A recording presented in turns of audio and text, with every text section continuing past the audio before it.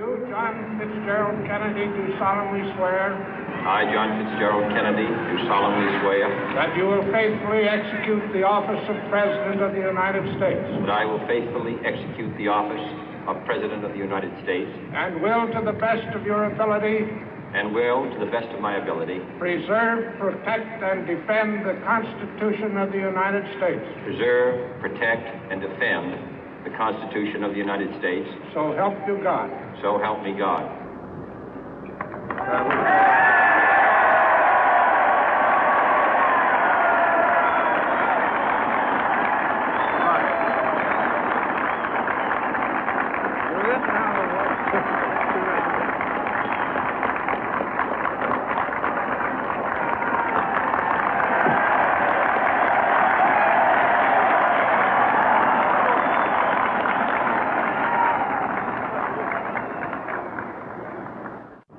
Vice President Johnson, Mr. Speaker, Mr. Chief Justice, President Eisenhower, Vice President Nixon, President Truman, Reverend clergy, fellow citizens.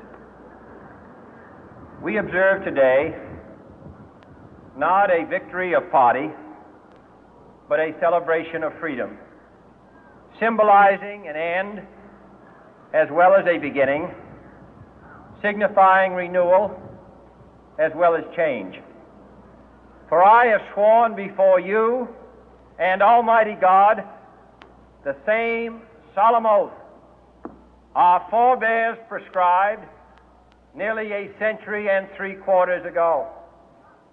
The world is very different now, for man holds in his mortal hands the power to abolish all forms of human poverty and all forms of human life. And yet the same revolutionary beliefs for which our forebears fought are still at issue around the globe. The belief that the rights of man come not from the generosity of the state, but from the hand of God. We dare not forget today that we are the heirs of that first revolution. Let the word go forth from this time and place to friend and foe alike that the torch has been passed to a new generation of Americans born in this century, tempered by war, disciplined by a hard and bitter peace, proud of our ancient heritage, and unwilling to witness or permit the slow undoing of those human rights to which this nation has always been committed and to which we are committed today at home and around the world.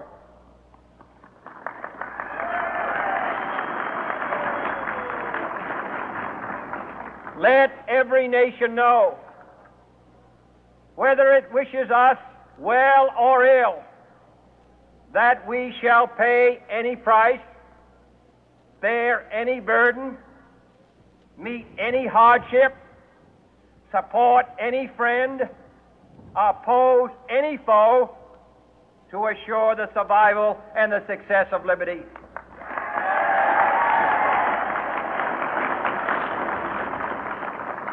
This much we pledge and more. To those old allies whose cultural and spiritual origins we share, we pledge the loyalty of faithful friends. United, there is little we cannot do in a host of cooperative ventures.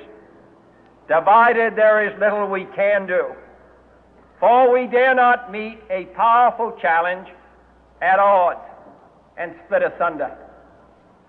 To those new states whom we welcome to the ranks of the free, we pledge our word that one form of colonial control shall not have passed away merely to be replaced by a far more iron tyranny. We shall not always expect to find them supporting our view, but we shall always hope to find them strongly supporting their own freedom, and to remember that in the past, those who foolishly sought power by riding the back of the tiger ended up inside.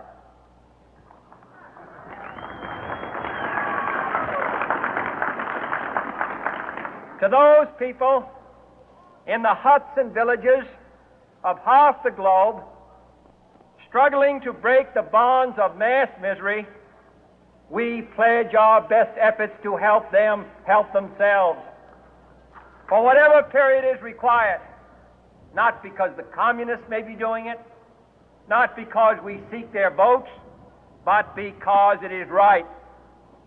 If a free society cannot help the many who are poor, it cannot save the few who are rich.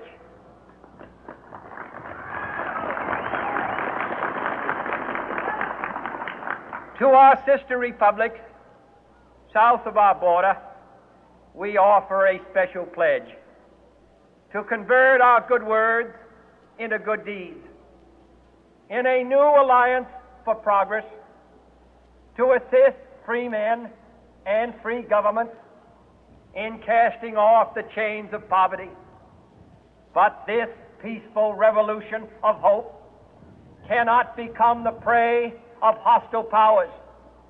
Let all our neighbors know that we shall join with them to oppose aggression or subversion anywhere in the Americas.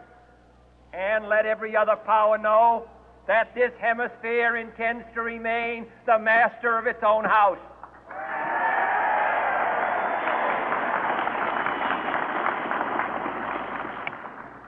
To that World Assembly of Sovereign States, the United Nations, our last best hope, in an age where the instruments of war have far outpaced the instruments of peace, we renew our pledge of support to prevent it from becoming merely a forum for invective, to strengthen its shield of the new and the weak, and to enlarge the area in which its writ may run.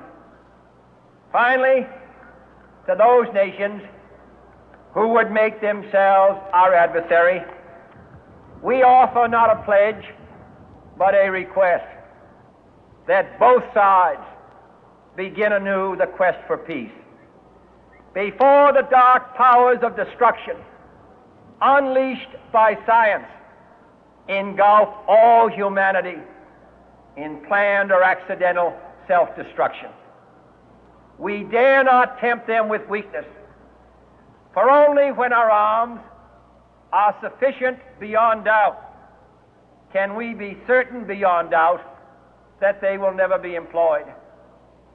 But neither can two great and powerful groups of nations take comfort from our present course, both sides overburdened by the cost of modern weapons, both rightly alarmed by the steady spread of the deadly atom, yet both racing to alter that uncertain balance of terror that stays the hand of mankind's final war. So let us begin anew, remembering on both sides that civility is not a sign of weakness, and sincerity is always subject to proof. Let us never negotiate out of fear, but let us never fear to negotiate.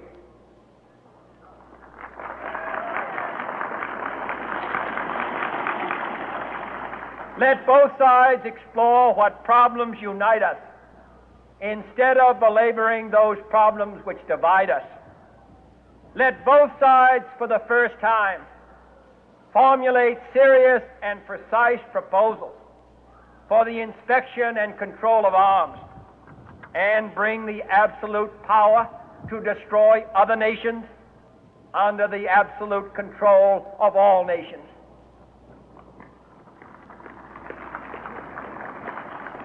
Let both sides seek to invoke the wonders of science instead of its terrors.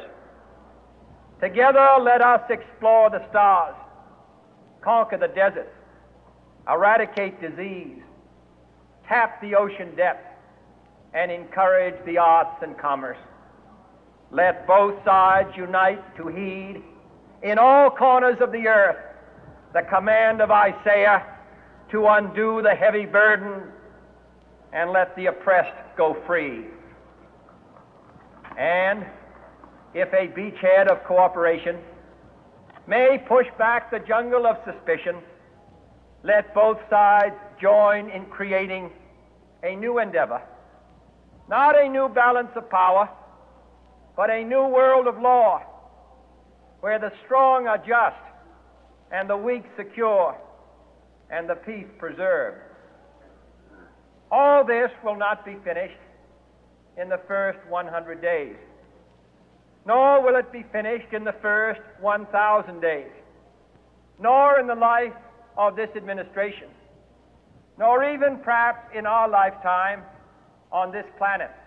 But let us begin.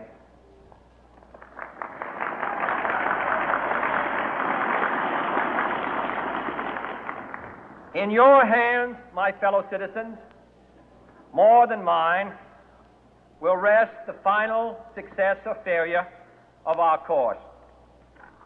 Since this country was founded, each generation of Americans has been summoned to give testimony to its national loyalty. The graves of young Americans who answered the call to service surround the globe.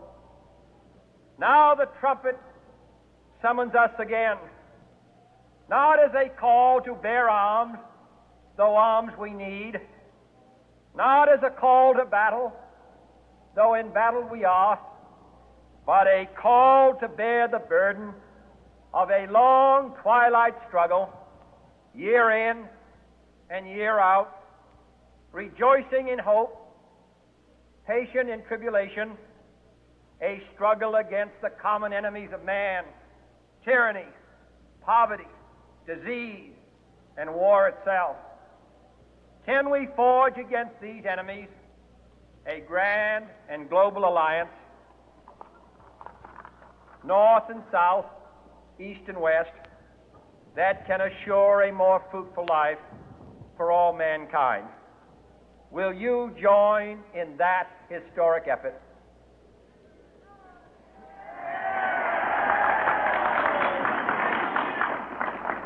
In the long history of the world, only a few generations have been granted the role of defending freedom in its hour of maximum danger. I do not shrink from this responsibility. I welcome it.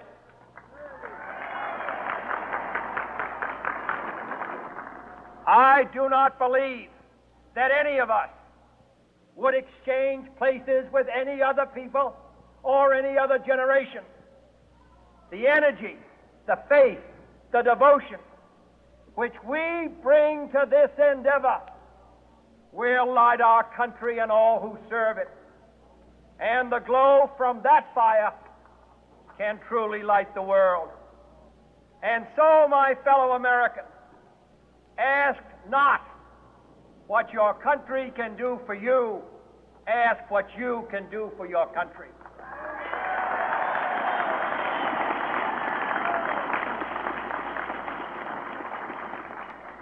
My fellow citizens of the world, ask not